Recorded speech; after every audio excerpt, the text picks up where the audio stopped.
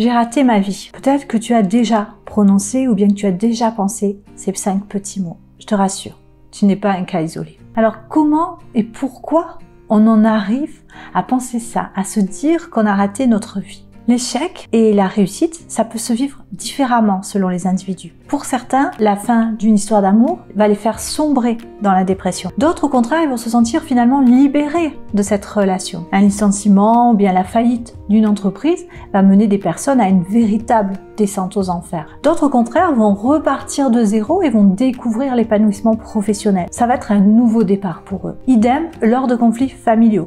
Qu'est-ce qu'on fait? On subit et on se tait? Ou bien on tourne le dos aux personnes toxiques et on se reconstruit loin d'elles. Dans cette vidéo, je vais te partager 5 étapes clés pour y voir plus clair et parvenir à reprendre le contrôle de ta vie. Pour commencer, il faut vraiment prendre conscience des changements à faire. Puis ensuite, il va falloir agir. Dans chacune des circonstances que je viens de te citer, la douleur et l'échec sont bien présents.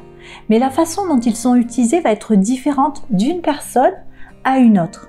Les actions mises en place également. Si quelque chose ne te satisfait pas dans ton quotidien, c'est à toi seul de prendre les mesures pour changer la situation.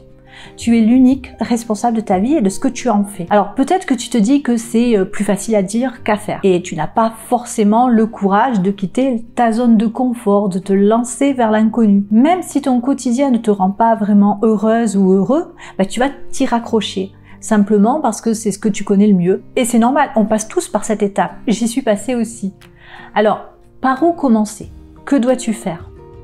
D'abord, il faut se poser les bonnes questions. Sois honnête avec toi. Quelles actions dois-tu enclencher pour reprendre ta vie en main? Vas-tu te morfondre dans un coin et attendre l'âge de la retraite? Ou bien tu vas te faire confiance et tu vas dépasser ces préjugés qui n'ont plus aucune raison d'être de nos jours. Et si tu suivais tes envies? Si tu avançais sur ce projet qui te tient à cœur? Peut-être que c'est de quitter le salariat pour créer ta propre entreprise, pour apprendre un nouveau métier, pour être libre de travailler de chez toi ou pour te lancer dans une vie nomade, comme nous l'avons fait en 2013. Bien sûr que certaines personnes vont te dire que tu n'en as plus l'âge ou que tu n'en as pas les compétences. Et alors? Est-ce que c'est normal que d'autres personnes décident pour toi ou qu'elles jugent tes futurs choix de vie? Il faut que tu saches que tu n'es pas obligé non plus de tout plaquer du jour au lendemain. Tu peux y aller pas à pas, sans prendre de risques financiers. Grâce à ton ordinateur, tu as des tas de possibilités qui vont te permettre de démarrer une nouvelle activité tout en conservant ton travail actuel. Et avec les outils à base d'intelligence artificielle, tu peux augmenter tes compétences, combler certaines lacunes. Bref, tu peux avoir de super pouvoirs et du coup, faire sauter certaines de tes pensées limitantes. Parce que redonner du sens à son quotidien et reprendre sa vie en main, ça passe aussi par un épanouissement professionnel. On a besoin de se sentir heureux dans son travail. Mais trop souvent, on va se mettre des freins qui n'ont pas vraiment de raison d'exister. Écrire un article de blog, le mettre en ligne, gérer des médias sociaux, tourner et faire le montage d'une vidéo, créer une vignette YouTube avec Canva. C'est pas si compliqué. Et pourtant, pendant plusieurs années, je me suis empêchée de faire ce genre de choses. J'imaginais que c'était trop complexe, que je n'avais pas les compétences pour le faire. Je suivais de nombreux blogs et des chaînes YouTube et la plupart étaient tenues par des nanas de 25 ans. Je me disais, mais tu es trop vieille, Christine. Et de toute façon, toi, tu serais ridicule à leur place. Reste où tu es, sois raisonnable. Que ce soit dans le blogging, que ce soit dans le coaching, dans le marketing ou dans le freelancing, les gens ont bien souvent les mêmes freins. J'ai peur de ne pas être à la hauteur, je ne me sens pas légitime, je n'y connais rien en informatique, il y en a d'autres qui le font déjà, etc., etc. Mais pose-toi juste un moment et au lieu de te dénigrer comme je le faisais moi-même, observe ce que les autres font. Ces hommes et ces femmes que tu suis sur YouTube ou sur Instagram, ce blogueur libre grâce à son activité en ligne et qui parcourt les plus belles destinations, cet auteur qui à tes yeux a le plus talentueux des styles d'écriture, cet entrepreneur du web à qui tout semble réussir, ils se sont trouvés à la même place que toi. Eux aussi, ils ont été des débutants, ils ont dû partir de zéro, ils ont sans doute galéré aussi pour en arriver là où ils en sont aujourd'hui. Mais voilà, un jour, ils ont simplement pris la décision qui a tout changé pour eux. Ils se sont lancés, parfois sans filet de sécurité, et ils ont osé suivre leurs rêves. Ils se sont retroussés les manches et ils ont foncé, droit devant eux. en restant focus sur leur objectif. Faire le choix de reprendre sa vie en main demande du courage et de la détermination. C'est vrai, certains d'entre eux n'ont peut-être pas attendu d'avoir 40 ou 50 ans pour se lancer. Mais est-ce que ton âge est une raison pour ne pas le faire? Si tu as dépassé les 45 ans, est-ce une raison sérieuse pour ne pas te former à un nouveau métier, une nouvelle compétence et devenir peut-être freelance? Est-ce que ton âge t'empêche réellement de devenir la blogueuse ou bien la youtubeuse que tu rêves d'être? Est-ce que cela t'empêche de créer du contenu sur Instagram?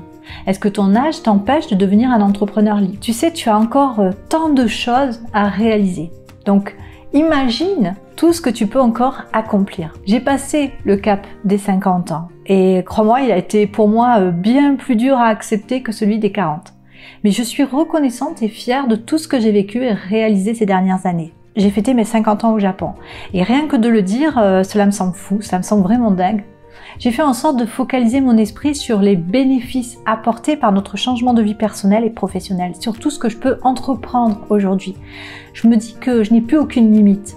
Quand je me retourne et que je regarde le chemin que j'ai parcouru, j'ai quand même un pincement au cœur. Je suis consciente que j'ai perdu beaucoup trop d'années à croire que j'étais bloquée dans un modèle, que j'étais enfermée dans une case. Oui, je me posais des questions existentielles, comme tout le monde. Mais je ne cherchais pas réellement les réponses. Je constatais le manque de sens dans ma vie, en me cachant que j'étais la seule qui pouvait lui en donner. Dans tous les cas, c'est vraiment un point que tu dois comprendre. Les échecs sont formateurs si tu sais en tirer les leçons.